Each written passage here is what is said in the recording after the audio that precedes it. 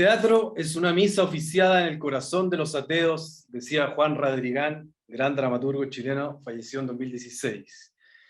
Y para hablar de esa misa en el corazón de los ateos, para hablar de teatro, para hablar del rito, para hablar de la historia, hoy día tenemos invitada a una protagonista del teatro en esta conversación de bolsillo, a la que les doy la bienvenida.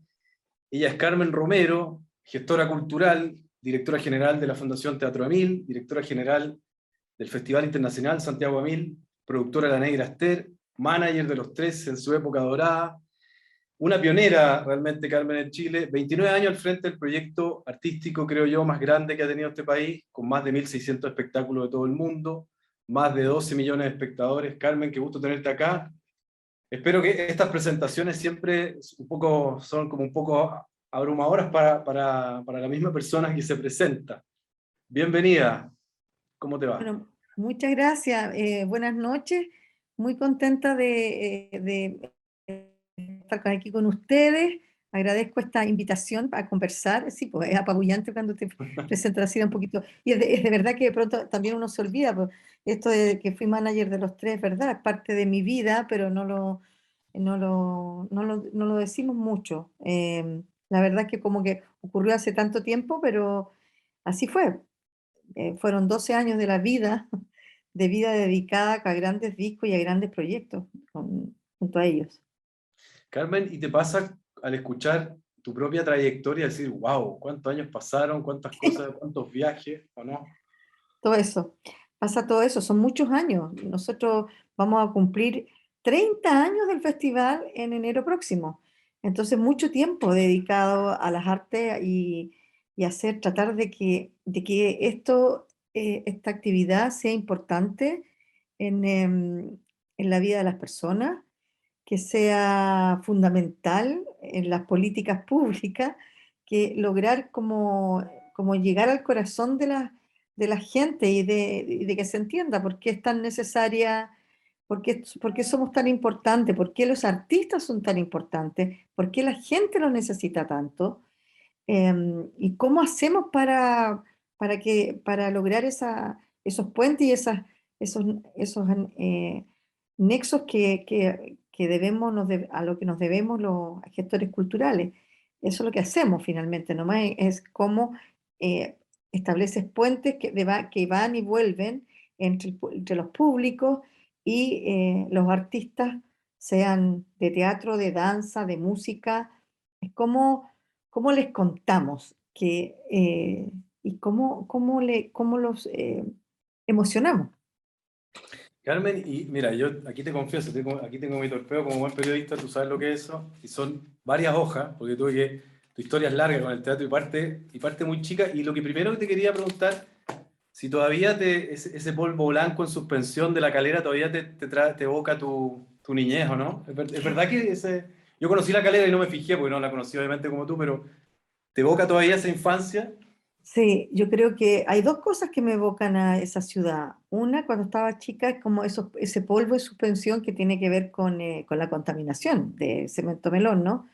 Y claro, para mí era extraño, pero era parte de la vida y yo lo miraba siempre. Y lo segundo son los trenes.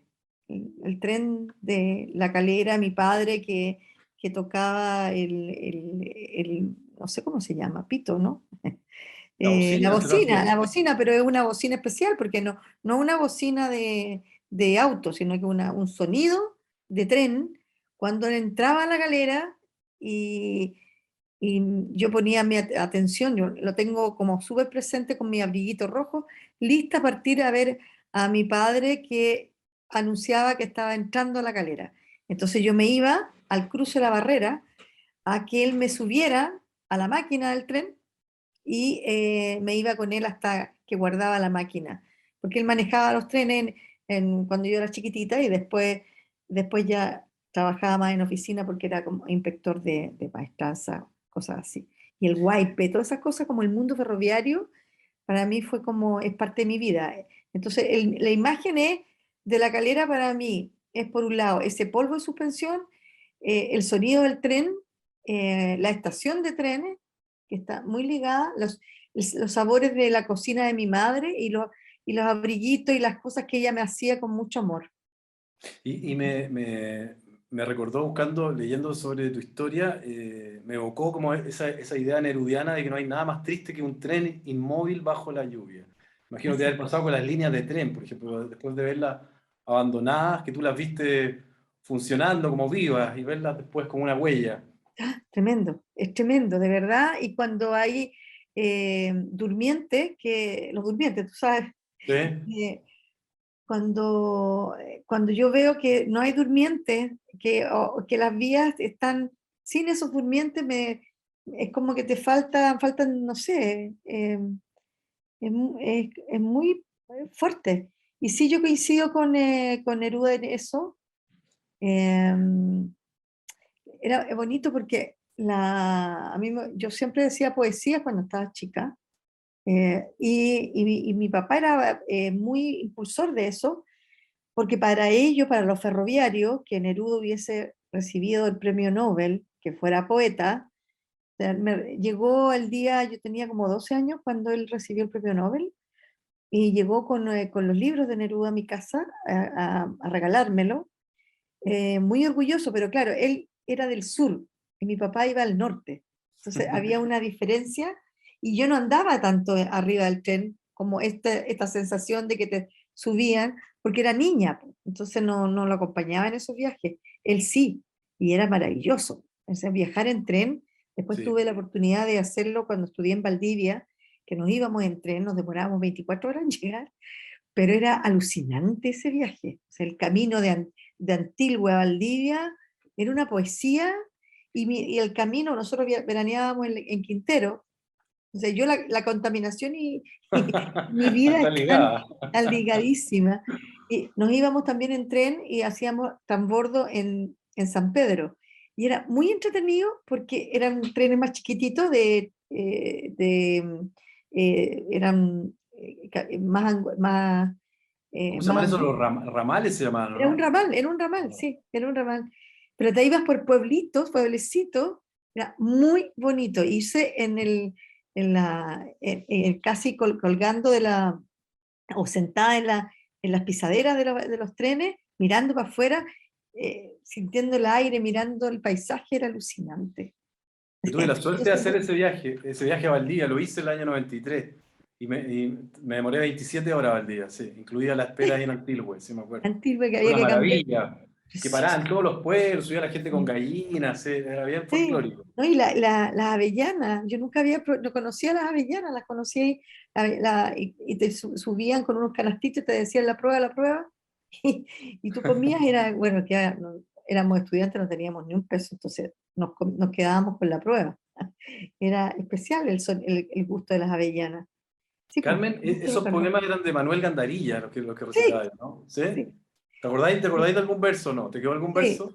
en la pálida arena todavía asombrada, eh, suena al flanco del viento la palabra esmeralda y la estampa de Prat sobre el pecho de Chile.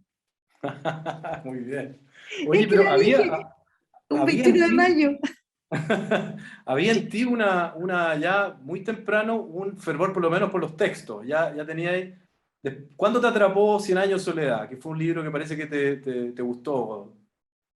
Mira, a mí me atrapaban, como vivíamos en una ciudad chica y no teníamos mucho que hacer, todos los mampatos, todo lo que me traía, mi padre me traía una revista que se llamaba En Viaje, que era una revista de los ferroviarios excelente, donde había poesía, había grandes pensadores que escribían allí, hay reportajes. Entonces, para mí el En Viaje era la revista que yo leía y que recortaba para sacar los materiales para el colegio. Entonces, en el colegio tuve que leer Cien años de soledad y claro, o sea, fue como, yo encontraba que La Calera era lo más parecido a Macondo.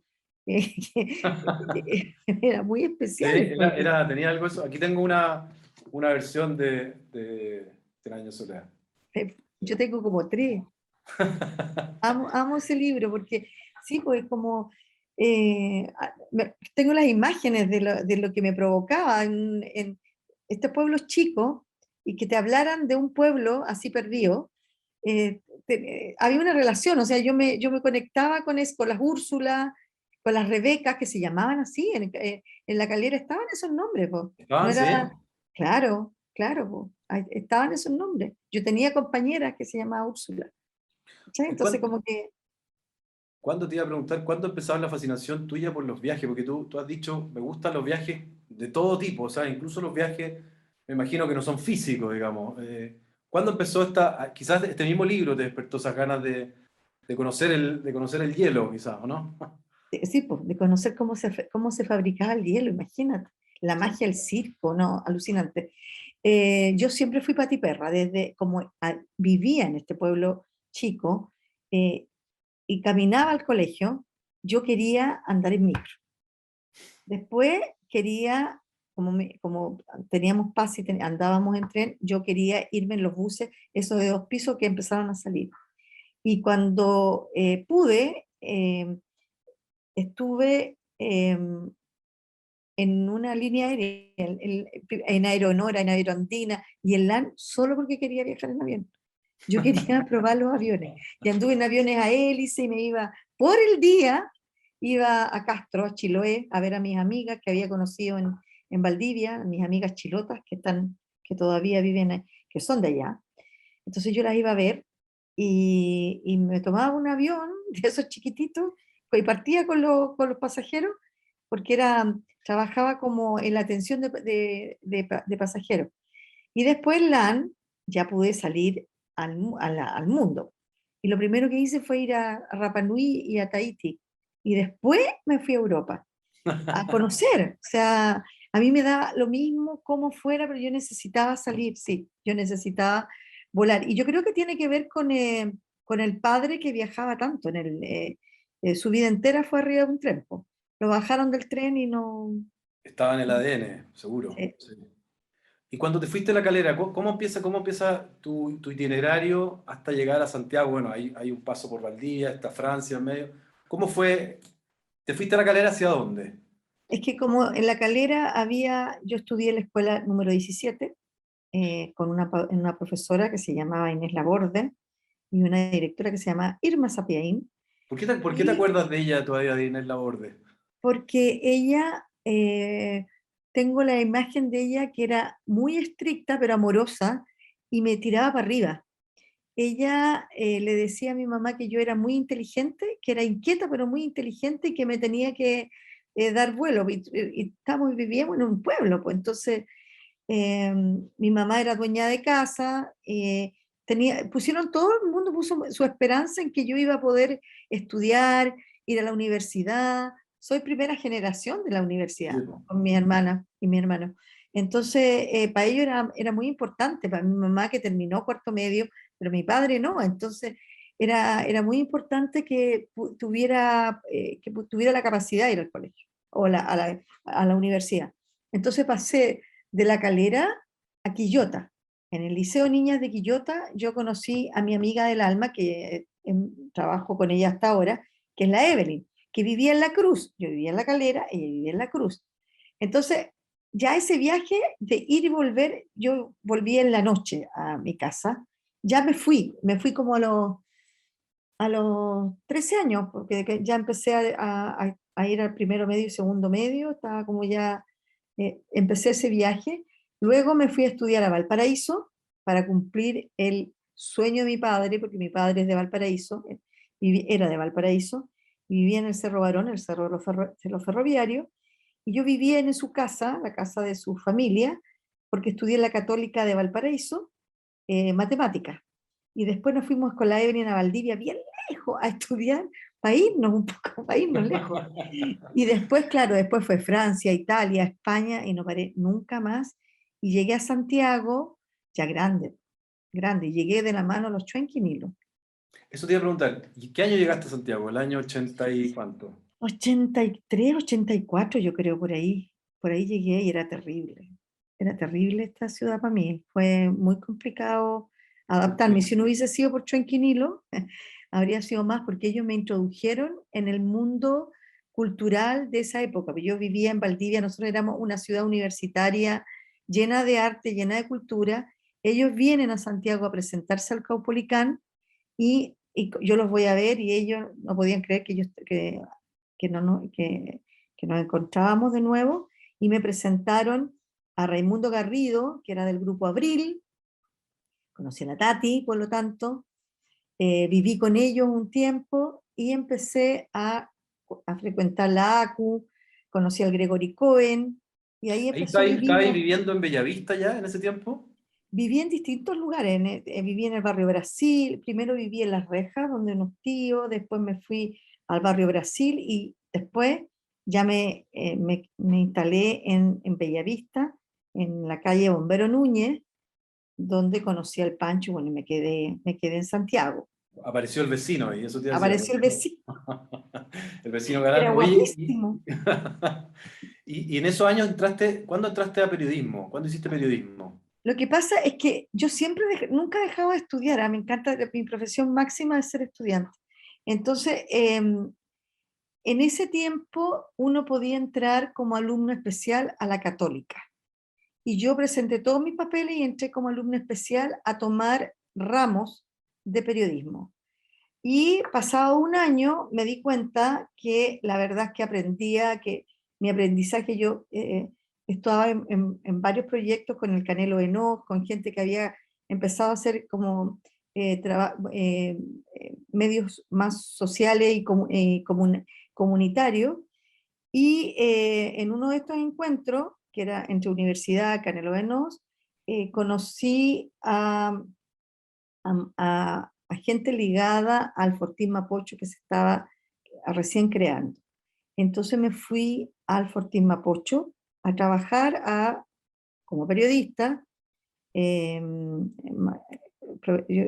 hoy día conversaba de eso, que más que una profesión es un oficio el periodismo, Totalmente. Mm. y yo lo aprendí ahí, lo aprendí en la calle, lo aprendí con los grandes maestros, con, con, eh, Vito Covío, por ejemplo. Trabajé, estuvo eh, eh, eh, Jorge Donoso en el Fortín, el Felipe Pozo, pasaron muchos, Juan Pablo Cárdenas en el análisis.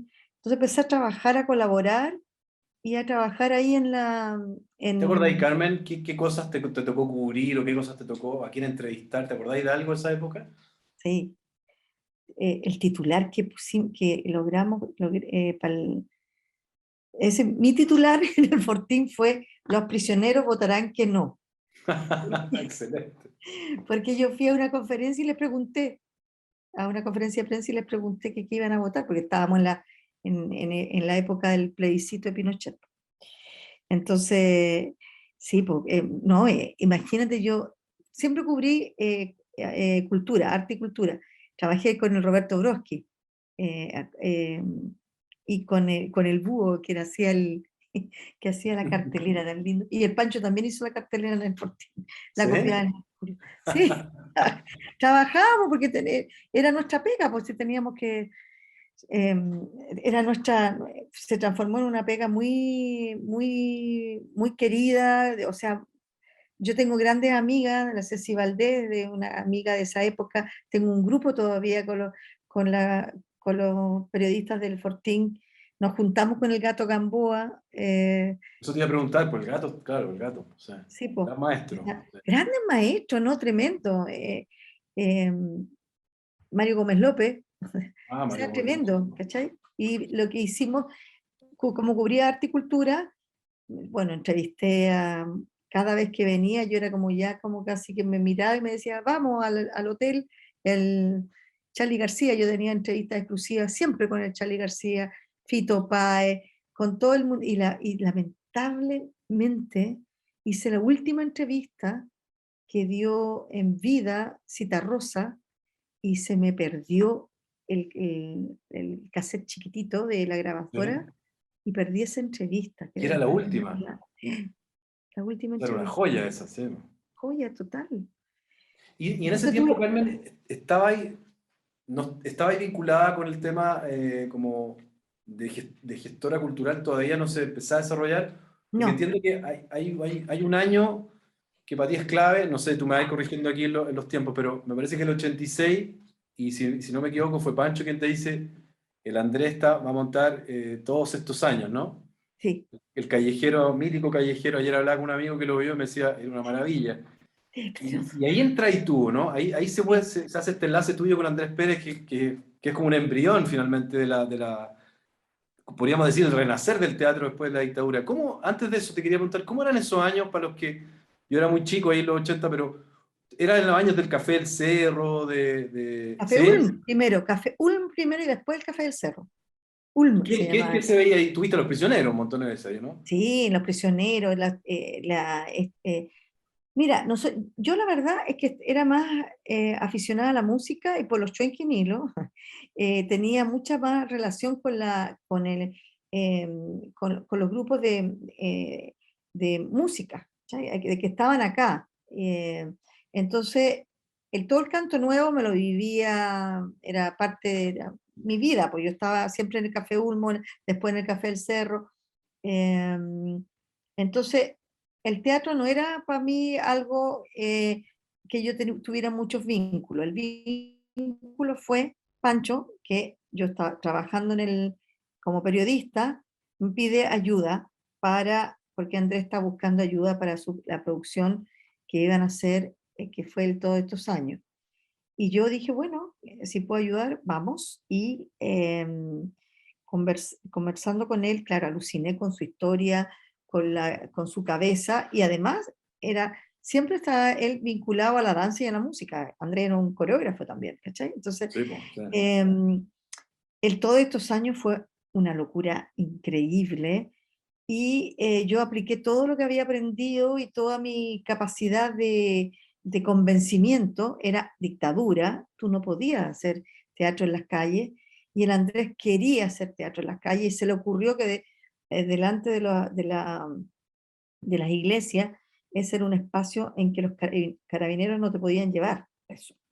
Entonces, yo le creí totalmente. Estábamos, por ejemplo, en la catedral al lado de la vicaría que yo visitaba todos los días, Pancho también, porque su padre trabajaba ahí.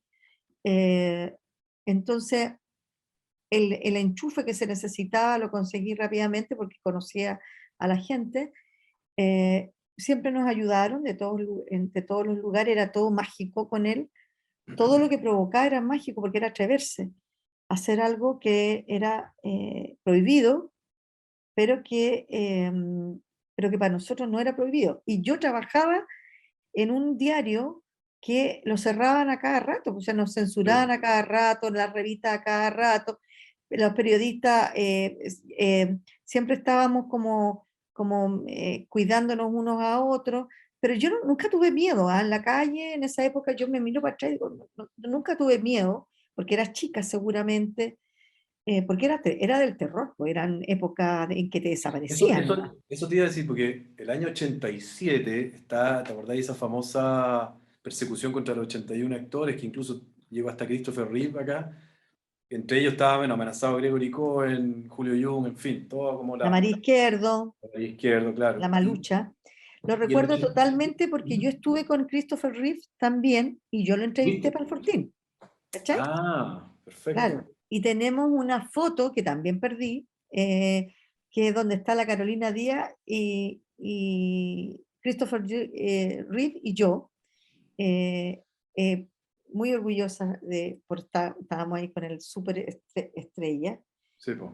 Sí, po, y eso fue en Matucana, en el galpón de Matucana, galpón 7, no, ¿cómo se llama? Eh, que era un galpón que tenía, que donde se presentaba, donde se hacía distintas actividades culturales, donde estaba todo el underground, ¿cachai? Era el trolley y en Matucana. Entonces, en ese Matucana llegó Christopher Reeves y todos ahí al baile, porque uno lo pasaba, igual tenía ahí la fiesta de toque a toque, Sí, po. tenía ahí un mundo subterráneo porque había que vivir, pues, ¿no? Tampoco era así nomás, pero era terrible. Yo recuerdo esta sensación de decir de pronto, no quiero ir más al cementerio, porque eh, nos tocó enterrar a muchas personas cercanas.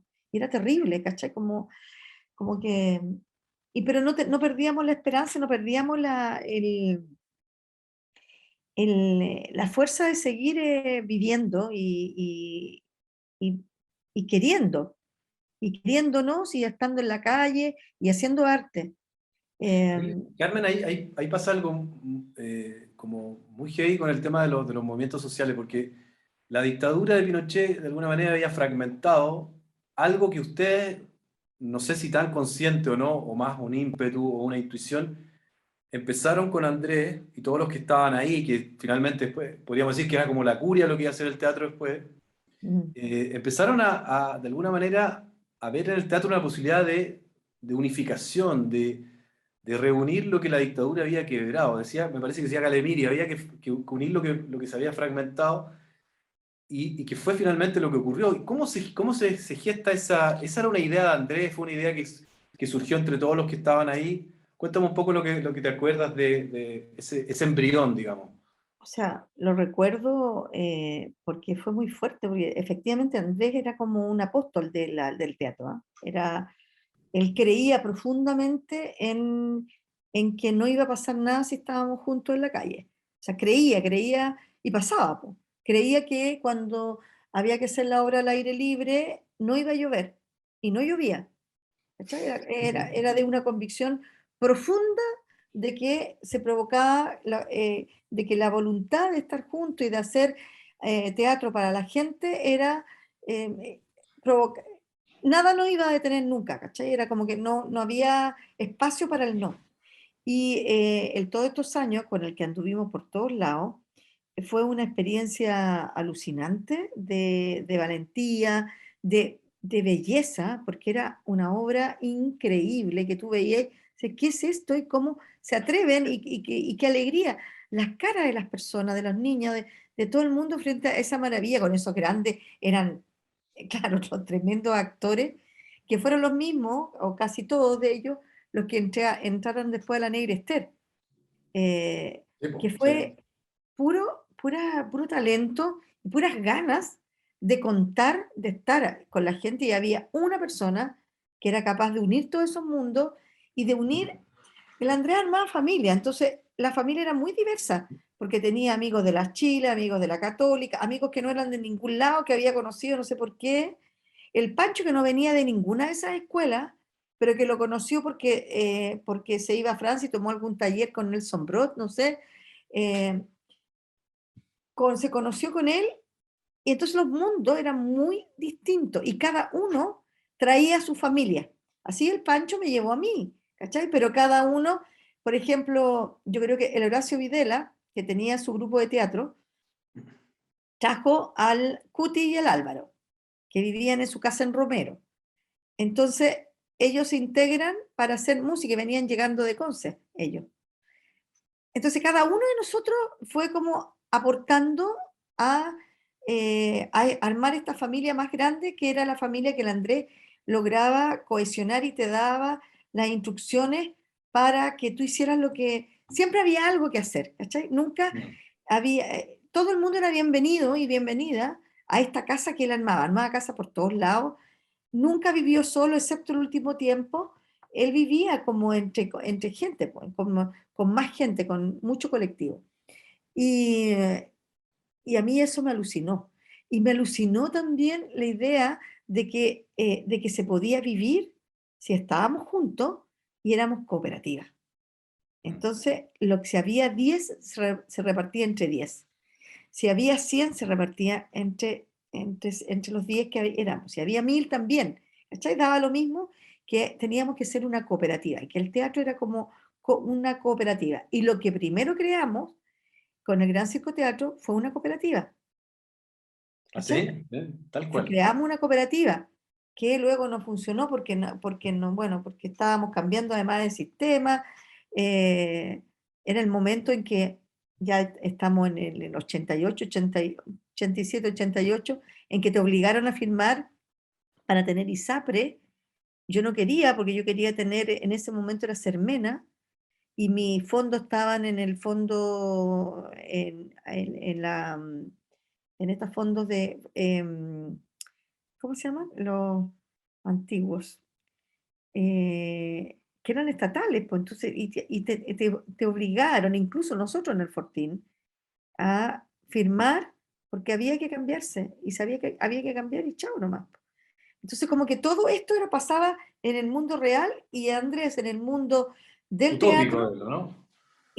impulsaba la cooperativa, impulsaba que todos ganáramos por igual, en director, actores, productores, todos éramos iguales, músicos, y los músicos siempre tenían alegaban por eso porque ellos siempre tenían derechos de autor. Entonces los actores decían, nosotros también somos autores de nuestro personaje.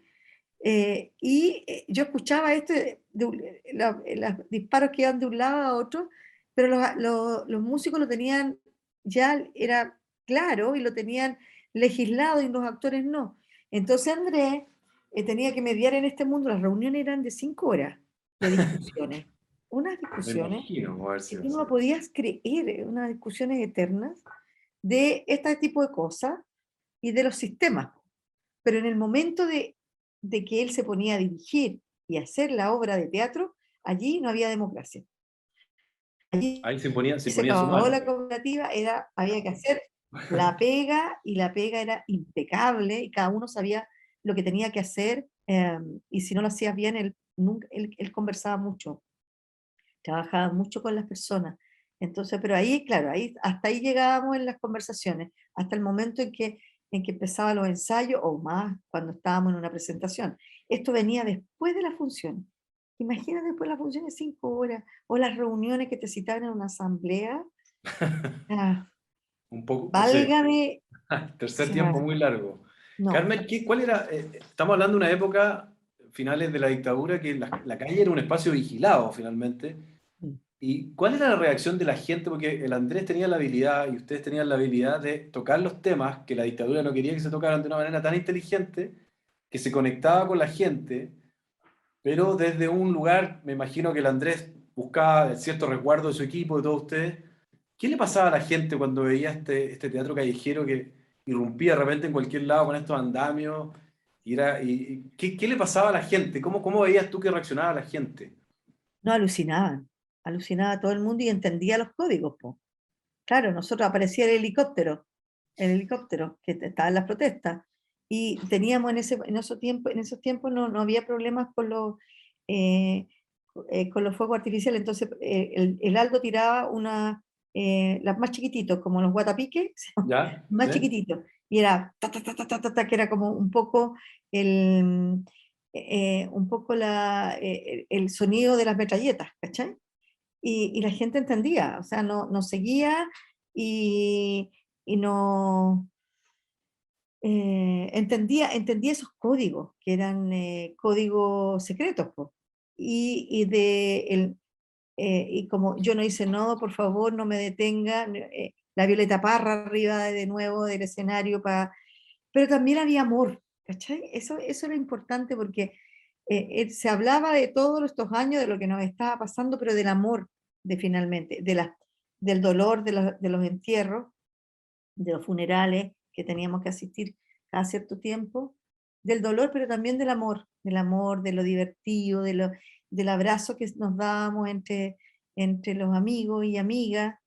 eh, y bueno, y La Negra Esther fue la obra que rompió también, que caló porque hablaba de amor, de una historia de amor, ¿cachai? Una historia de Justo, amor sí, hacia Concho, justo te iba a decir en eso. medio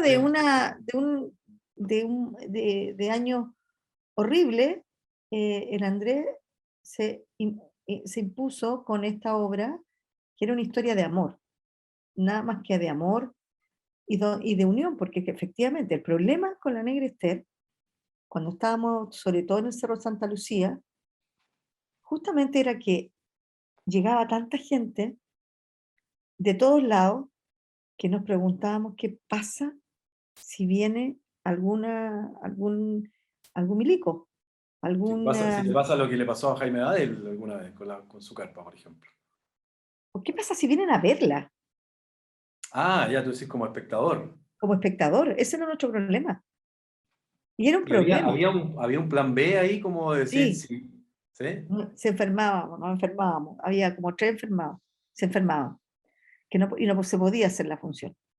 Pero fue una discusión grande porque, claro, entre medio de todo podía llegar, no sé, pues si llegaba gente que uno empezaba a mirar, gente como que venían del barrio alto y bajaban al Cerro Santa Lucía, y esto era para todo, efectivamente. Pero no, nuestro pánico, o sea, nuestra pregunta fue, ¿y qué pasa si viene alguien de la Junta Militar? ¿Qué pasa? ¿Qué vamos a hacer?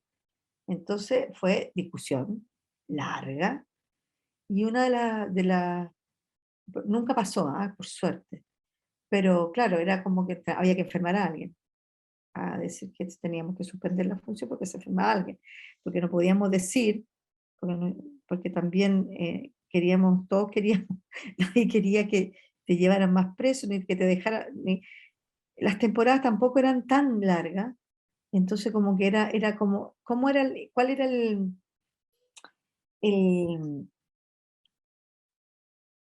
cómo era la cuerda? Era una cuerda floja siempre. Y me acuerdo que hicimos una función para que nos pidieron de la vicaría, y claro, pues estaba todo el PC en pleno ahí. Y claro, también nos mirábamos, así que bueno, mala suerte, no, pero nosotros sabíamos que estaban ahí, pero no podíamos, no es que saludábamos ni nada, sino que era como todo piola, pero era una función que nos habían pedido porque necesitábamos, creo que eran para búsqueda de recursos, entonces entregamos unas entradas que ellos vendieron. Fue algo así, me parece, no me acuerdo muy bien, pero fue, claro, son momentos eran momentos muy álgidos, heavy, heavy, pero sabíamos cómo caminar en esa cuerda floja, porque para nosotros lo más importante era hacer la función, estar en el teatro, convocar a la gente, y yo creo que el Andrés en eso hacía la magia, era un mago, y unía todos esos mundos. Carmen, y de alguna manera siento yo que la Negra Esther se anticipa, creo yo, a la llamada alegría, que después, bueno, después empezaron las críticas que nunca llegó, en fin, pero me parece que la Negra Esther era sobre todo una fiesta, y una fiesta popular. No en vano se estrenó en Puente Alto, no en vano fue la primera vez, no sé, no quiero ser injusto con el teatro chileno hacia atrás, pero de los últimos 40 años fue la vez que el teatro volvió a estar, a ser como de masa en el fondo, y que lo pudiera ver quién no iba a ir al teatro, quién no tenía la plata, o bueno, además que estábamos en una época de 17 años de oscuridad artística silenciada por la dictadura. Entonces, se anticipa un poco como a la fiesta de la democracia, y lo que decís tú, como que se centra en esta relación de amor de este cantor porteño popular y esta prostituta, y se sale un poco del tema tan político, digamos directamente, pero no deja de ser siempre muy política la obra, finalmente, ¿no? Bueno, el teatro nunca deja de ser político, Claro, además. porque no se puede. Porque además estáis hablando de la familia Parra, estáis hablando de un cantor de los bajos fondos, y eso es político. Hablar de de lo brillante que era Roberto Parra, de la Violeta Parra, eh, ponerlos en escena, llevarlos al teatro, era un acto político también, pero era una fiesta, al mismo tiempo era una fiesta. La Negra Esther sigue siendo una fiesta.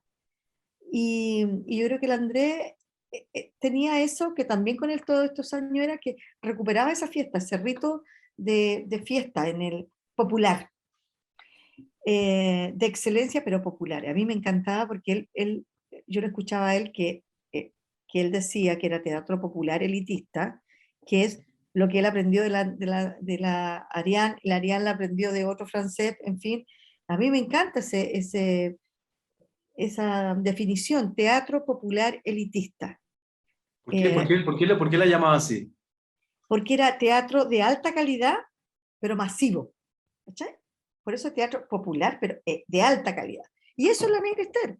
Y eso es todos Mm. estos años. Y eso fueron todas las obras que él hizo para la gente, pero llena de escenografía, con lo mejor de lo mejor, dándolo todo. O sea, el André era como tenía esta cosa como de, lo que te decía, que era como un monje del teatro. Era una persona que creía realmente que se cambiaba la vida de la persona. Y yo también creo eso. Yo aprendí con él que es verdad, que tú le cambias la vida a las personas cuando ves algo bello y cuando te hablan, cuando te están hablando de arriba de un escenario, pero tiene que ser tan bello, o no, o puede ser tremendo también, pero de excelencia que te llega al alma y te hace cambiar la cabeza, y te hace conversar, o disentir, y también celebrar. Y la Negra Esther era una celebración de la vida, una celebración de los bajos fondos, de poner en escena algo que no estaba visto, que era no, se conocía la Violeta, pero la Violeta siempre ha sido para nosotros como, eh, nunca se le va a rendir los homenajes Sí. que merece, po. Menos Roberto, po. Roberto era como el perdido del clan con el tío Lalo, ¿cachai? Que son, y eran los personajes que el Andrés quiso, que quiso tanto y que tomó para escribir con ellos La Negra Esther, con don Roberto. Entonces, eh, cuando, cuando él hace esta obra, que la hacemos en medio de la dictadura, que está hasta hoy día, yo la fui a ver la semana pasada, el viernes, y es impactante. O sea, es una partitura tan bien hecha, tan bien lograda, tan precisa, que ojalá que se siga haciendo por 100 años más, porque sigue provocando lo mismo, y sigue llegando miles de personas a verla, y ha recorrido todo Chile y nadie se va a cansar nunca de verla, porque es profundamente chilena, profundamente arraigada al barrio, a la población, a la pobla, que era a los bajos fondos, a la vida comunitaria, a la madre que exige que se lave la ropa el hijo y que luego lo saluda, a ese Chile hermoso de comunidad que, que ojalá no lo perdamos porque está dentro en algún lugar. Pero él también, el Andrés también le pasaba eso, y cuando estábamos en una población, él decía, no va a pasar nada, y todo se detenía, porque siempre ha habido problemas, ahora es narcotráfico, pero antes había problemas de otro tipo de problemas, y bueno, Sí. estábamos en dictadura, pero nos ayudaban todos y todas, o sea, llegaba al teatro y llegaba la vida a esos lugares. Y eso para mí es como es de donde yo me agarro cada vez que estamos en los Bajos de Mena, o que estamos en Cerro Navia, o que estamos en Pudahuel, que sabemos qué pasa con la gente, porque estamos ahí, estamos con ellos, no nos hemos dejado nunca. Desde que yo aprendí con el Andrés que había que estar con la gente, este festival, el festival que ahora me toca dirigir, no deja de estar con la gente. Nosotros vamos donde la gente está, porque es imposible hacerlo venir. El Andrés decía, ¿cómo van a venir si nadie les ha dicho que existimos? ¿Cómo le Carmen, comunicamos a la gente que existe el teatro si no hay? mira lo que tengo acá. Esto es una joyita ya a esta altura. Es una revista que sacaron ustedes cuando cumplieron 10 años. Y quería leerte brevemente una editorial que escribiste junto con la Evelyn, porque dice así, dice, hace 13 años, en el intermedio de una función que realizamos de La Negra Esther, que ofreció el presidente Elwin, Andrés Pérez le saludó diciéndole, es maravilloso que esté usted aquí. Y el presidente Elwin le respondió, pero si esto debiera ser lo normal. Y Andrés Pérez le contestó, es que lo normal debiera ser siempre maravilloso. ¿Y por qué te cito esto? Porque me parece que ahí hay un trabajo tuyo que es muy notable, que es cómo se articuló este teatro como, no sé si llamarlo republicano, si el término te acomoda o no, pero en que se vincula al presidente de la República con un teatro que precisamente tú decías que viene de abajo, que es un teatro popular, que está escrito por gente que viene de sectores populares, como pasó con Andrés, como pasó con los Parra, y se vincula y se hace un poco como república, se hace arte vinculado con la política, y además me llama profundamente la atención que fue el teatro el que encauzó eso y no fue otro arte, que quizás la música, hoy día que tú veis que los conciertos son súper masivos, qué sé yo, pero fue el teatro, precisamente. ¿Cómo se articuló ese vínculo entre política, democracia, arte? Que ahí yo creo que tú tenías un papel predominante, evidentemente. Pero es de historia. Mira, la resistencia en Chile se hizo en las salas de teatro, las reuniones se hacían en las salas de teatro. El ictus era era el lugar donde se juntaba los que fueron luego presidente, Lagos, por ejemplo, Elwin, iban al teatro. Y había una tradición de la gente en las universidades de hacer teatro. Eh, y como me dijo Igor Cantillana y Oscar Cuervo Castro, contaban en una conversación, nosotros, el teatro nunca dejó de existir, aún en las épocas más oscuras, fue resistencia, y se hizo teatro hasta en los campos de concentración. En todos los campos de concentración había compañías de teatro. Y el Cuervo Castro contaba cómo hacían que los milicos eran personajes. Les traían las cosas, les traían luces para hacer la obra. ¿Cachai? O sea, como el licenciado Mateluna. Claro, es que es la magia del teatro, ¿cachai? Y eso es la historia, no es que seamos nosotros. Nosotros somos parte de una historia que comienza por seguir al Andrés. La Evelyn se junta conmigo porque éramos amigas y ella trabajaba en otra cosa y yo alcanzamos a hacer esas versiones de la Negra Esther en Democracia. Invitamos a Elwin, en realidad no lo invitamos, fuimos a pedir, yo fui a decirles que yo encontraba que como gesto de democracia, que estábamos todos felices porque había vuelto la democracia, que el presidente podría comprar una función para invitar a los jóvenes, que se había creado el Instituto Nacional de la Juventud, a ver esta obra de teatro que era tan importante. Y él fue con Silva Sima, tuvo ministros, todo el mundo, nos preparamos, era alucinante, iba el presidente de la República a ver la Negra Esther, y eso no lo dije ahí, pero él le comentaba a Silva Sima, menos mal que vinimos sin Nuestra Señora.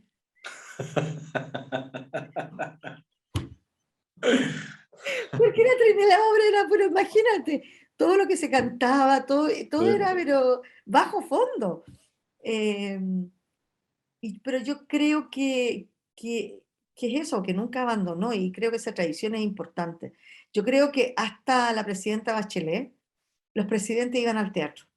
Y quiero decir también que el presidente Boric también va al Ha teatro. vuelto, sí, en buena hora ha vuelto. Vi Sí. que ha habido varias veces al teatro, sí, qué bueno eso. Y eso es muy importante porque es una tradición republicana, como tú dices, de ir al teatro. Lo que no queríamos era que fueran los milicos, pero ahora ojalá que vayan porque aprenden otras cosas también, es importante, unir mundos. O sea, ese teatro que ellos tienen, nosotros entramos a la escuela de carabineros, pero después ya no nos dejaron más. Y un año nos dejaron hacer teatro en esa escuela de carabineros, tiene un teatro increíble, alucinante. Yo, ahora que estamos aquí conversando, me encantaría que nos pasaran de nuevo ese teatro, porque tiene estacionamiento, el escenario es increíble, las sillas, es todo, y está en Antonio Vara, es alucinante. Y después tienen ese otro en la escuela militar, yo creo que hay que llenarlo de teatro, hay que llenarlo de música. Eso es una buena idea para este gobierno. Yo creo que la ministra de Sí, Defensa debiera hacer un programa de teatro, música, Nano Stern, toda esta gente debiera estar cantando en esos lugares, porque necesitamos también conectarnos de nuevo, reconectarnos con todos y todas, porque estamos armando un nuevo país nuevo. Estamos en un momento histórico, así como lo vivimos con la vuelta a la democracia. Ahora estamos con una constitución escrita por 154 ciudadanos y ciudadanes que elegimos. O sea, es alucinante. Entonces es momento de tomar todos los espacios, porque además no hay espacio, porque los teatros se fueron cerrando, porque nunca se entendió esta alma cooperativa, y lo que hay es que te cambian, por ejemplo, hoy día el aforo al 75%, y es terrible, porque nunca se financió el teatro con taquilla, y si además te sacan el 25%, es imposible, no se sostiene, y la gente está volviendo. Nosotros estuvimos hasta el domingo con la persona deprimida que hace Amparo Noguera, a tablero vuelto, se nos agotó viernes, sábado y domingo. La Negra Esther estuvo también en Nescafé con muy buen público. Yo no sé si se agotó sábado y domingo, pero pensábamos que sí, porque se agota siempre. Fui el domingo a ver la Espíritu de la Trinidad González, y también estaba casi lleno, pero no se puede con el 75%, no se resiste. No resiste la sala, no resiste el teatro. Entonces, esta idea de que se puede vivir de la taquilla, a mí me da como cierto temor esto que tú dices de los republicanos, que nos perdamos esta gran historia que tenemos, esta historia de amor de ciudadanos con las artes, con la tradición teatral, porque no se vive así, no se puede vivir así. No, y yo sé que cuesta y todo, pero perdemos mucho tiempo y claro, pues los jóvenes a lo mejor no están viendo teatro hoy día. Y eso a mí me Carmen, ¿y molesta. cómo articulamos con la experiencia que tenés tú, 30 años ya vaya a tener al frente de Santiago Mil? ¿Cómo articulamos un modelo en que sí sea sustentable? Por ejemplo, tú conocís perfecto las realidades de casi todo el mundo, cómo se maneja el tema artístico, sobre todo el arte escénica. ¿Qué modelo es el que tenemos que armar acá? O quizás alguna vez estuvimos cerca y después lo perdimos, dimos un paso atrás. ¿Cuál es, a tu juicio? Mira, yo creo que el gran tema fue que, no sé por qué, no nos dimos cuenta, pero la idea de que se vivía taquilla se tomó todo. Y la gente hoy día le cuesta entender que no se puede vivir de taquilla. Sí es muy importante, pero lo primero es que todos los teatros necesitan sostenerse. O sea, no se vive, tú puedes pedir un porcentaje, porque es bueno tenerlo, que sea de la ciudadanía, del Estado y ya, porque es un bien público finalmente. Y ser actor, actriz, es una profesión, también es un oficio, pero tienes que vivir y todo el mundo, porque hay escenógrafo, es un gran contingente que hay detrás de cada obra de teatro. Entonces yo creo que más que fondos concursables, que igual está bueno que haya, es que habría que buscar la manera de que cada centro cultural tuviera recursos para tener artistas en residencia, por ejemplo, a grupos que puedan sostener y que puedan seguir trabajando, porque además crear una buena obra de teatro, de esas que te vuelan la cabeza, toma mucho tiempo. Es un trabajo que no es rentable. Es como estudiar y lo mismo que mis hijos son todos artistas. Mi hija mayor es cantante lírica. Estudia desde los 16 años. Tiene 33, 34, 33. Y no puede dejar de estudiar nunca, porque tiene que trabajar la voz y le va cambiando. Los actores igual, las actrices igual. Necesitan ese tiempo y espacio que no es rentable, no va a ser nunca rentable. Entonces, si tú eh, tienes una red de centros culturales que ya está, que existe, que los acoge, que tienen recursos para que puedan tomarlos, contratar elencos. No hay elencos. No hay elencos en ningún teatro universitario. No hay elenco en la Universidad de Chile, no hay elenco en la Católica, porque no es rentable. Entonces, que la mayoría de las universidades que tienen escuelas de teatro tienen sus salas. Cada universidad podría tener, de nuevo, aunque no sea rentable, sostener a una compañía de teatro y una compañía de danza, porque eso provoca que tú puedas estar de nuevo en conexión con la ciudadanía. Entonces, a mí me parece que lo mismo se puede aplicar en los centros culturales en todo Chile, que ya están, porque hay una red que se armó, son teatros preciosos, pero que los gestores culturales buscan cómo buscar recursos para sostenerlo.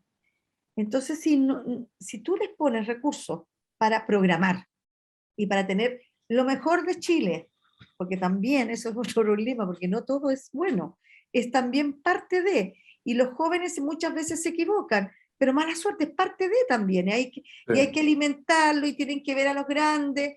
No es lo mismo, no es lo mismo, es diferente cuando tú vas a La Pintana, que claro, que el desarrollo de los artistas de La Pintana, mirando a grandes como Héctor Noguera, mirando a los grandes artistas, Amparo Noguera, mirando cómo ellos hacen ese aprendizaje para esos talentos también. Eh, por otro lado, desde el punto de vista de la convivencia y desde el punto de vista de cómo hace que la gente se emocione hoy día y esté trabajando en otras cosas. Yo creo que si tú tienes talentos, hay que rescatarlos a como de lugar en cada lugar. Pero son de 100 o de 1000, hay 3. Así es, terrible. Pero esos Sí. 3 hay que tomarlos, porque si no los perdemos. Y cuando tú sales al mundo con teatro chileno, con la música chilena, cuando tienes esa imagen país que son las artes, tú dices, vale la pena, pues no hay ninguna campaña, señores empresarios, no existe campaña de marca país mejor que la gente y que los artistas. Los artistas son quienes representan a este país, que es tan lejano, es tan chiquito, pero cuando tú estás en Edimburgo, cuando estás en Aviñón, cuando estás en las grandes ligas, como en el fútbol, calas en la gente, en la gente de otros lugares, po. Es muy potente porque no, es inolvidable. No puedes olvidar esas imágenes. Nosotros hoy día, hasta hoy día estábamos en Porto, en Portugal, con Dragón de Guillermo Calderón. Guillermo Calderón hoy día es como una estrella del cine, hoy día filma películas en México. Y es un dramaturgo que yo así, ay, ¿por qué no te quedas en el teatro? Porque bueno, tiene que vivir y tiene hijos y ya está, pero ya el cine chileno es grande porque ha tomado a dramaturgos chilenos y chilenas.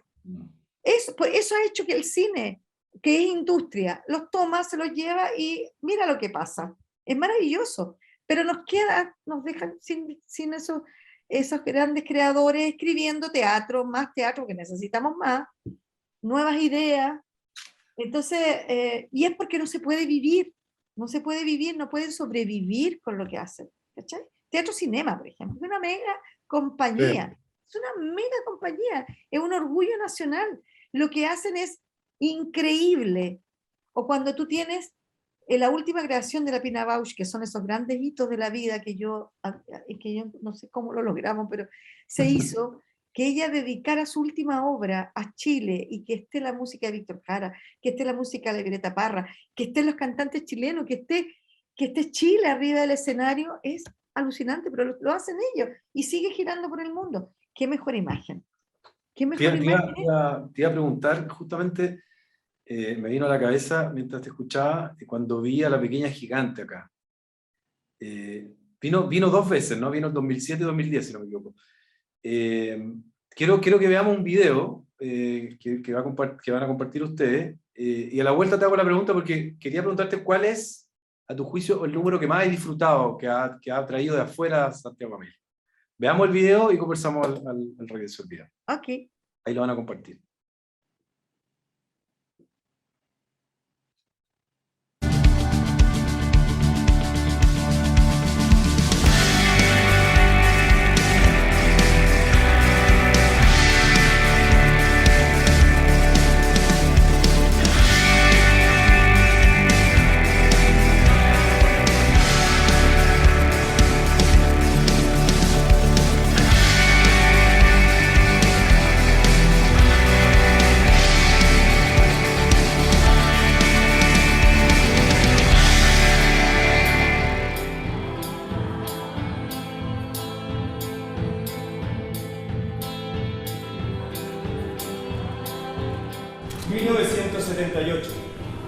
Chile y Argentina casi entran en guerra. Y nazco yo.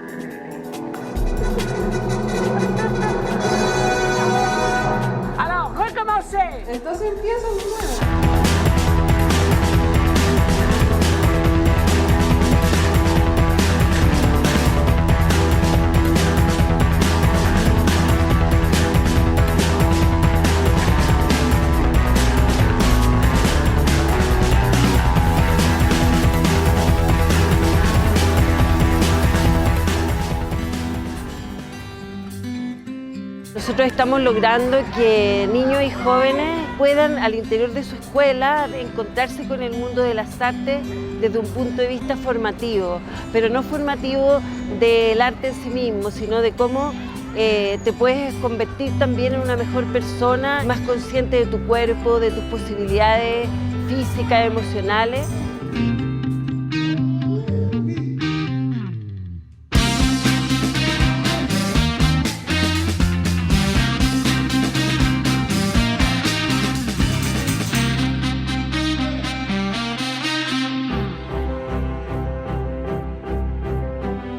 Es como volver a ir de nuevo después de mucho tiempo que no venía y eso me encanta. Y es muy lindo que nosotros como adultos mayores nos integren a todas estas cosas, me encanta, me fascina. Santiago 1000 nos sorprende todos los años en enero, por eso es muy bueno quedarse en Santiago en esta fecha. Feliz de que haya una instancia donde nosotros podamos participar. Si no podemos viajar, qué bueno que ellas vengan para acá.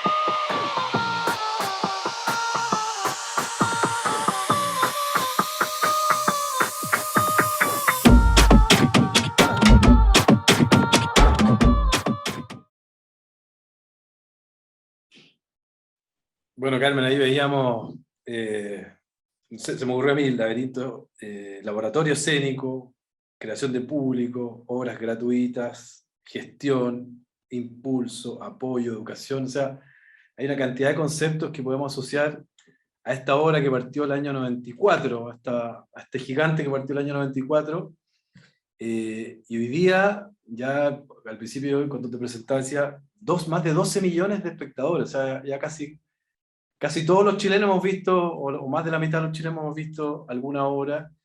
Voy a hacer un breve paréntesis autorreferente. Yo algo tengo que ver con Santiago 1000 porque trabajé en la compañía de Rodrigo Achondo, en Under Blue. De hecho, alguna vez me diste un Toy Toy el año 98 cuando hicimos un Chile ahí.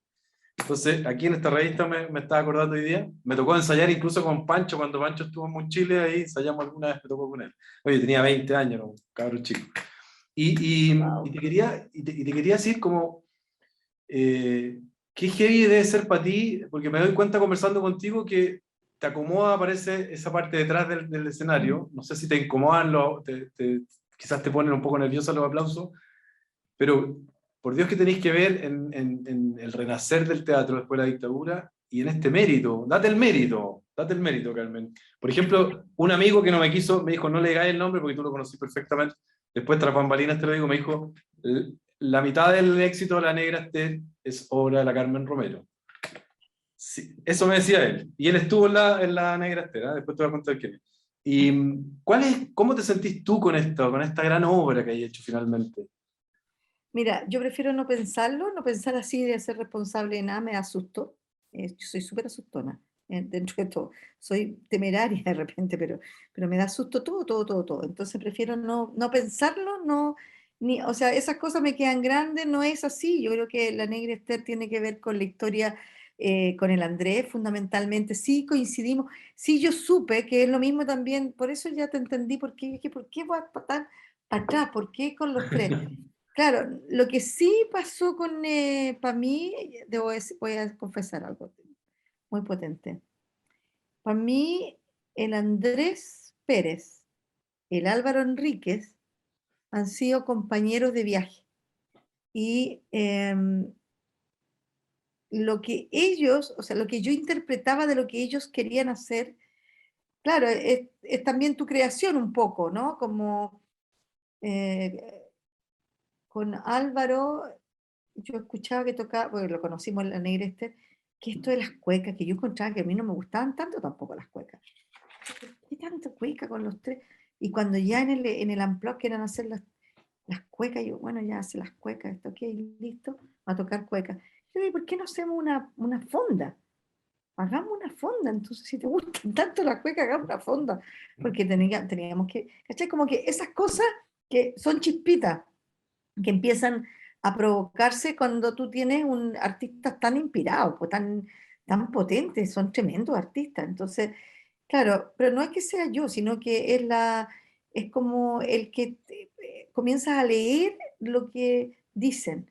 Y claro, al escuchar ahora, bueno, Rodrigo Achondre, o sea, te pasaste, ¿no? Que Mm, gente más loca, maravilloso, sí. loco a rematar, ¿ah? Pero claro, a él le gustaba y llenaba todo también, llenaba todo lo que hacíamos se llenaba. Sí. Y claro, esa conexión, yo creo que lo que más me gusta de esta pega es la posibilidad de, de conversar con los artistas, de inspirarte con ellos, de interpretar y de ver para dónde ir con ellos. Si no están, me quedo huérfana mucho. Y con el Pancho yo tengo una pareja artista, entonces mis conversaciones o lo que le escucho cuando hizo el Yorick aquí, yo, pues alucinante, es como aquí en un pedacito de la casa, hizo una obra con sus hijos, lo encontré y su Yorick es una cosa, a mí me conmueve mucho esa capacidad creadora, inspiradora de los artistas. Y me gusta leerlas porque yo puedo aportar ahí. Entonces sí aporté, o sea, aporté con yo creo que en la Negra Esther porque como viaje había que salir y yo no sé cómo armé esa gira, porque eso sí que ahí hay un sello mío que firmé, yo no sé cómo, sin conocer los teatros del mundo, hicimos una gira que duró 3 meses. O sea, ellos hicieron la obra y se fueron en gira desde Canadá a Europa y estuvieron, se perdió Don Roberto en Irlanda, se perdió en la noche irlandesa sin hablar nada de inglés, pero se desapareció y estuvo 2 semanas perdido. No, te pasaste. Y era un elenco gigante. Y Sí, se pues ¿cuánto fueron era? Más de todos, con 30 o guaguas, con 35. todo, se fueron de gira. Y esa gira tiene mi firma, porque yo la armé no sé cómo. Cuando se la mostré, no podían creer que lo que se había armado. Junté todo, ¿cachai? Porque yo como esta cosa de los viajes, Lana, Aeronor y qué sé yo junté países y festivales y el mundo ayudó a ver porque estábamos saliendo de la dictadura y había esta obra que era un canto de amor. El Andrés estaba muy ligado al Soleil, entonces todo se dio como magia con él y se fueron a una gira que yo no sé cómo, o sea, eso fue como algo potente en mi carrera, de decir cómo Totalmente, lo sí. hice. Además yo viajé la primera parte, dejé a mi hija que tenía 1 año, 1 mes sola, con el Pancho, digamos, pero yo no, fue tremendo para mí ese destete de la hija, pero los acompañé el primer mes y siguieron 3 meses girando con Oye, un Carmen, elenco tú, enorme. tú que has estado desde el año, digamos, desde el año 86, desde aquel año memorable, hasta hoy, ¿cuál es la vinculación de cómo está leyendo el teatro hoy día el proceso social que estamos viviendo? ¿Cuáles son los temas? Me imagino, evidentemente, que el feminismo ha cambiado, ha roto todos los ejes y ha cambiado en buena hora. El discurso ha cambiado, ha remecido a la sociedad. Mucho de lo que estamos viendo hoy día viene de ahí, desde luego, o gran parte, o todo quizás. ¿Cuáles son los temas que hoy día políticamente están golpeando el teatro, están abriéndose paso en las salas? ¿Cómo lo ves tú hoy día? ¿Cómo ves los movimientos sociales en el teatro hoy? Em, bueno, todo está en el teatro, todo lo hizo el teatro, todo lo habló el teatro antes o sea, de la crisis de los estudiantes. O sea, los estudiantes hay una Sí, compañía que se llama Mala Clase, imagínate. Clase de Guillermo Calderón, sí, pues, Calderón ahí, claro. la Manuel Infante, con todos los temas más ligados al medio, a la filosofía, a los ensayos, al ensayo, que es como preguntas más filosóficas profundas, ¿no? Ahí están. Bueno, Achondo, el tema del narcotráfico, ¿qué?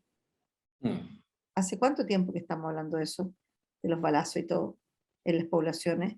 O sea, ¿cuántos años fue eso? ¿20 años atrás? Sí, pues 20 años. Claro, yo creo que sí, pues el teatro chileno sigue hablando de todos los temas que le pasan a esta sociedad. Hay artistas hoy día que exploran además nuevos lenguajes, todo el tema de la... Yo me sorprendí mucho con la cosa de digital, o sea, cómo rápidamente también se fueron a lo digital.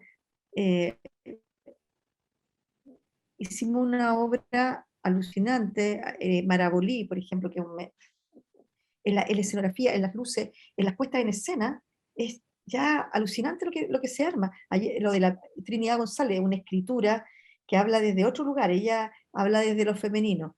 Ahí tienes lo femenino en escena. Hay mucha risa, los bonobos te hablan de cosas tremendas, de lo transgénero. Está todo ahí, está todo en el teatro. El teatro chileno habla de todo. Es como, es como, si tú quieres ver, y además tan diverso, ¿no? Te he hablado de distintos grupos y son todos temas distintos. La María, el grupo de la María.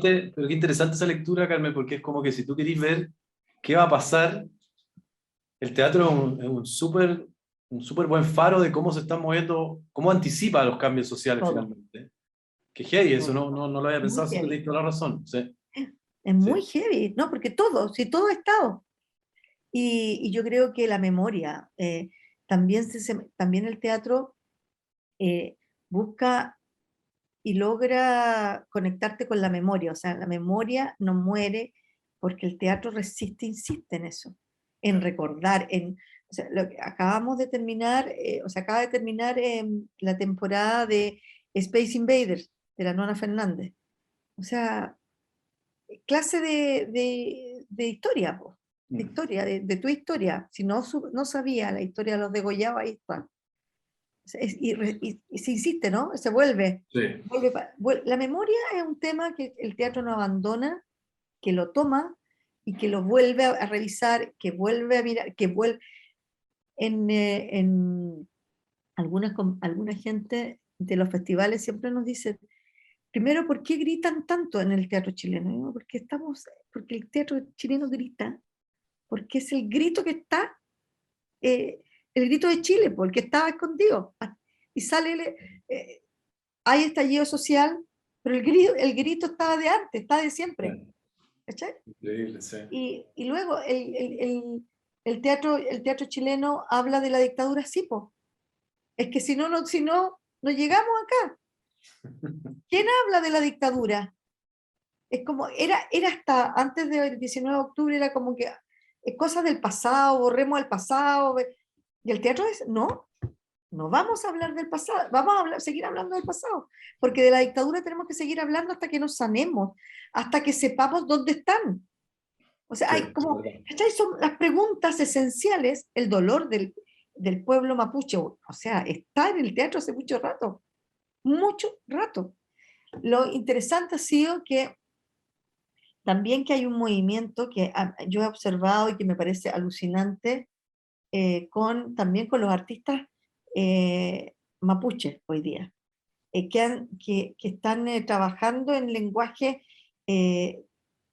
reivindicando su ruca como lugar de ceremonia, pero también como para aprendizaje de nosotros a través de las artes. Ahí está Paula González, por ejemplo, que está también Roberto Cayuqueo, que está Malén, Ricardo Curaqueo, que tomaron y van entendiendo y van buscando la manera de conectarnos con ellos mismos, pero también han sido temas de obras de obras desde siempre, han estado ahí. Los migrantes, la memoria, el teatro de la memoria. Sí. El teatro de la memoria, imagínate. Alfredo Castro ha pasado por todos los temas, todos, completos. Cristian Plana, como con su particular revisión, su propio lenguaje, son todos, es tan maravilloso, es que es alucinante este país cómo sigue produciendo teatro, a pesar de lo que estamos hablando, que es que nadie puede vivir de lo que hace, entonces se la buscan y logran encontrar la manera de seguir existiendo, y por eso existimos nosotros también. Si no hubiera así, si no fuera así de potente, ¿cómo es posible sostener un festival como el nuestro después de 30 años si no hubiera un tejido teatral tan potente como el que existe? Porque nosotros no somos del Estado, nosotros somos una fundación que viene de una sociedad civil. Aquí no hay una decisión como se hizo después de la Segunda Guerra Mundial en distintos lugares del mundo en que se establecieron teatros, festivales de teatro. El nuestro fue, nosotros queremos hacer, primero no sabíamos si era festival, era un teatro a 1000, porque estábamos en democracia, entonces el presidente tenía que ir al teatro. Y reivindicamos también el hecho de hacer teatro frente a la moneda. Sí, qué bonito eso. Sí. Era alucinante. Nosotros hacíamos teatro frente a la moneda, con la presidenta Bachelet, salían los ministros a mirar. En algún momento fuimos con el presidente Lagos, cuando él asumió, hicimos a la Pato Gallina con el Húsar de la Muerte dentro de la moneda, porque ya era, vamos adentro. Entonces, es tan importante que vamos adentro, y con la Pato Gallina nos fuimos al patio de los Naranjos, y bueno, nos seguimos haciendo teatro adentro, pero habría que hacer. Ahora me parece que este presidente querría. Carmen, nos quedan los últimos minutos. Quiero invitar a alguien que esté presente si quiere dejar alguna pregunta para yo transmitírtela. Y te quiero hacer una pregunta más política que te la han hecho 1.000.000 de veces. Con la experiencia que tienes, con todo el bagaje, ¿por qué no has sido ministra de Cultura de este país? Porque yo no soy... ¿No te gustaría o te gustaría? ¿Ah? ¿No te gustaría? Mira, yo creo que mi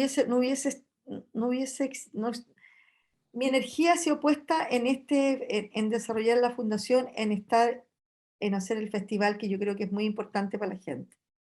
Y que los programas que estamos haciendo en el año también son importantes para la gente. Ese teatro en la educación cambia la vida de los niños y niñas. O sea, el teatro, el ramo de teatro, como herramienta, lo que hablábamos ahí, creo que se veía en el video, de verdad que cambia, o sea, es otro mundo después de tener de quinto a octavo básico un ramo de teatro, te hace ver la vida distinta y es un espectador del teatro para siempre además porque entiende todo. A mí nadie nunca me propuso ser ministra de la Cultura. Yo sé que hay mucha gente que le daba mucho susto que yo fuera. Por eso tiraba mi nombre, yo creo, de puro susto. Más mejor que no. No, porque me da susto. A mí yo creo que le daba susto a la gente. Creo que pasa eso, que hay mucha gente que puede sentir temor de que esta que es loca y que como el power, ¿no? Así que eso nunca ocurrió, nadie nunca me lo propuso, así que maravilloso, porque habría sido un problema, te lo confieso, y ahora como ya pasó todo, pasaron todos los gobiernos, y como alguien dijo por ahí, si no fue antes, tampoco va a ser ahora, así que tranquilo todo el mundo, porque yo lo leí, tranquilo todo el mundo, nunca va a ser porque ya no fue. Ahora lo puedo decir como con el alma, que yo agradezco que nadie me lo haya propuesto porque me habría provocado un dolor de guata tremendo, y porque son responsabilidades demasiado grandes, y yo creo que está bien donde estoy, y creo que ya también tengo la energía que queda, hay que darla a lo que sabemos hacer, y creo que además en este minuto en que se necesita estar en la calle, de verdad, como hemos estado nosotros, es ahí donde tenemos que estar. Eso siento. Carmen, Marinela te pregunta, bueno, además dice que es gran admiradora de tu trabajo, dice que le gustaría saber tu opinión de las tesis. Yo leí que te gustó mucho lo que hicieron como performance y lo que generó mundialmente. ¿Qué opinión tienes? Bueno, mira, lo de las tesis, porque hablando de feminismo, las tesis, Valparaíso, son de Valparaíso. Hacen esa performance que da vuelta al mundo. Y yo encuentro que ellas, como grandes lectoras de lo que pasa en la sociedad, plasmaron en ese himno, dentro de una performance chiquita, algo que resonó en todas y todos.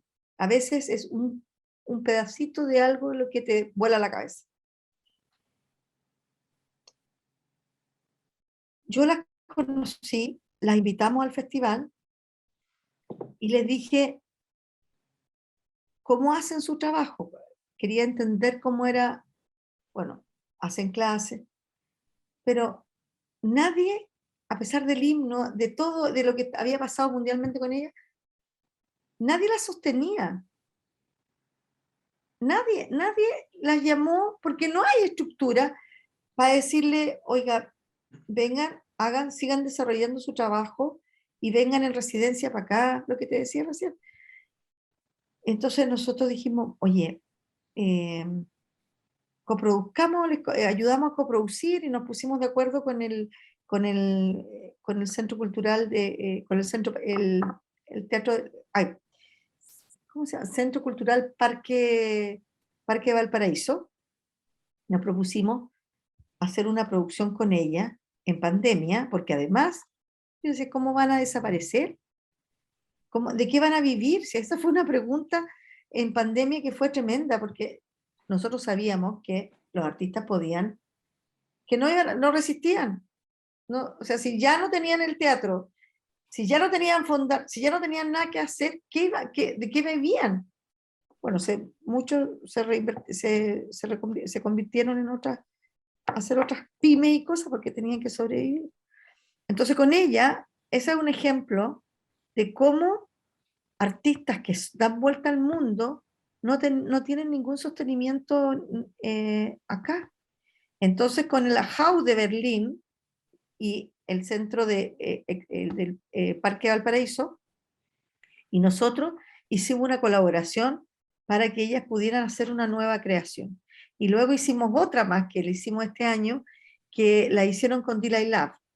Entonces ellos trabajaban juntos y nos dimos cuenta, y eso es lo que te digo, el escuchar, que eso es lo más entretenido de esta pega, escuchar a los artistas. Entonces los vimos que tenían conversaciones, que hacían trabajo en conjunto, y les propusimos una colaboración como en grande, que estrenamos este año, y es precioso el trabajo, y están girando mucho, las hacemos girar mucho, porque una parte de lo que hacemos, como estamos en Chile, como los recursos son mínimos, es que ya, pues nosotros presentamos a los alemanes, pero ¿qué llevamos para allá? Por eso la JAU, por eso tenemos contacto en todo el mundo, porque nosotros les preguntamos, les hemos traído, ¿y ahora ustedes qué van a llevar? Y da lo mismo que lleven, ¿ah? A veces son proyectos que nosotros podemos desarrollar, otros que hay muchos teatros chilenos girando por el mundo, sin ayuda, sin apoyo. Y se puede, porque es muy bueno, son muy buenas, hay mucha creatividad acá. Y yo les tengo, además de admiración, mucho cariño a las tesis, y creo que tienen, su performance están cada día como más, tan llenas de luces, están experimentando, es muy entretenido su camino, me parecen totales. Quiero terminar con 3 cositas rápidas. Te tengo que preguntar de actualidad algo. Hoy día salió una condena a Nicolás López, que le dieron 5 años y un día por las acusaciones. Más allá que te refieras a él o no, se vincula un poco con el tema de las tesis, evidentemente. ¿En qué está eso, sientes tú hoy día, el tema del abuso más allá de este caso puntual? ¿Hay un mejor escenario? ¿Sientes que se está... mejora un poquito el escenario de lo que fueron años atrás? ¿Se avanza un poquito en el tema? Oye, es que en nuestra área, sí, pues, el tema de los abusos como ha sido recurrente también, en el teatro también, ¿ah? No solamente en la televisión y en el cine, porque bueno, porque también hay un poder po, desde el director, del productor que te llama, o sea, hay un poder ahí, un poder heavy. Y bueno, esas son las cosas que agradecemos al feminismo, que Sí, po. nos, que nos ha hecho poder mirar y decir no más. O sea, hoy día he escuchado que es una gran cantidad de familias que declaran haber sido abusadas desde niños en Chile. Un 25% es alto. O sea, de cada 5, una Claro. persona de una familia fue abusada cuando niño o niña. Heavy. Yo creo Sí. que por suerte esas cosas están cambiando. Nosotros tenemos protocolos, aprendimos con eso. Y claro, ninguna persona, ningún nos dice claramente, que no fue propuesto también en el directorio, que nadie que haya sido denunciado o con una denuncia formal, porque también al voleo no se puede, Sí, po. puede trabajar con nosotros. O sea, hemos sentido dolor muchas veces escuchado a mujeres que han sido, se sienten, y cuando tú escuchas, y si alguien te dice, yo sentí que esta persona abusó de mí, es terrible, porque tú lo único que puedes decir es acompañar, Sí, solidarizar. ¿Cómo vas a dudar? No puedes dudar. claro. Entonces, pero qué bueno que se hablan estos temas, qué bueno que se aprende que no, que así no, y que a los niños no se tocan. Porque Sí. también es otro tema profundo. Hay dos temas que son, a mí me provocan dolor de guata. Uno son los abusos con niños, con las niñas, que existen abusos no solo sexuales, sino que también de violencia. Nosotros estamos en un país muy violento y a los niños se les maltrata. Entonces, eso hay que pararlo, porque es el futuro del país, el futuro del mundo. No puedes estirarle la oreja a un niño porque, no sé, porque se tropezó, ¿cachai? Porque Sí. se entiende que eres la autoridad frente a un niño y a una niña cuando estáis educando. Eres autoridad, pero es desde el amor, no es desde el golpe, ¿cachai? Y eso es un tema que tenemos que buscar como sociedad que se hace. Y las artes, el teatro, nosotros nos damos cuenta cómo ellos representan lo que pasa como dentro de ellos mismos. Mm. De alguna manera, al exponerlo, también hay un compartir con los otros, pero no está bien y hay que buscar las maneras de que eso no ocurra nunca más. Yo soy muy esperanzada con lo que el presidente Boric y los niños, para lo que él representa para los niños y niñas de Chile, que es como la esperanza. Y esto del no al maltrato, además, maltrato de cualquier tipo, debiera ser nuestra consigna como país. Ujú. Y bueno, qué bueno que también vamos entendiendo que no, pues, los abusos no más. Carmen, para cerrar esta conversación, bueno, justo Patricia Nogales dice que bueno que siga creciendo el teatro, que siga traspasando fronteras sociales. Quiero terminar la conversación con alguien que ha estado como presente en esta conversación con nosotros dos, que es Andrés Pérez, que él decía algo muy lindo en uno de los tantos videos que hay de él que se pueden buscar en YouTube. Decía, al final me di cuenta, decía Andrés, que todo esto lo hice como un afán de recuperar mi infancia, de volver a la infancia, que lo encontré muy lindo, muy emotivo. Me imagino que te toca esa frase, Andrés, para cerrar esta conversación. Totalmente, totalmente. Es recuperarse, es volver a ser niño. Si eso es lo que pasa cuando estás en el teatro. Vuelves a sentir como un niño o una niña, o sea, te expones y da lo mismo. Somos todos niños o niñas, que es lo que pasó con la giganta. Da lo mismo de dónde viniera. Todos éramos niñas, niños, jugando. es maravilloso. Sí, qué Esa es lindo. la magia del teatro. No, totalmente, me identifica totalmente. Y además cuando tienes obras, porque hay obras para reflexionar y otras obras que son para vivir una fiesta. Y yo amo la fiesta. Y amo la fiesta en la calle, porque nos permite volver a conectarnos con esa niñez y a mí olvidarme de esa sensación de cemento flotando y de no sentir la nostalgia del tren, pero transformarla también en la alegría que era vivir en un pueblo chico, donde nos conocíamos todos y la bailábamos y lo pasábamos chancho también. Bueno, Carmen, te agradezco esta conversación de bolsillo por mostrarnos tu vida, tu trayectoria, por la pasión con que hablas del teatro. Qué bueno que va a seguir, que tenemos muchos años más todavía de Santiago a 1000. Vamos a esperar la cartelera del próximo año, que seguro se va a ir desgranando a medida que vaya pasando los meses. ¿Se puede adelantar algo? Sí, yo creo que lo que estaba pensando que de todas maneras en www.fundacionteatroamil.cl pueden ver una cartelera diaria todos los días porque tenemos una sala virtual donde hay cosas, todos los días hay obras y volvemos con encuentros breves. Hicimos coproducciones con Argentina, con Peter Brook, con Marie-Hélène Etienne, con Nick Company.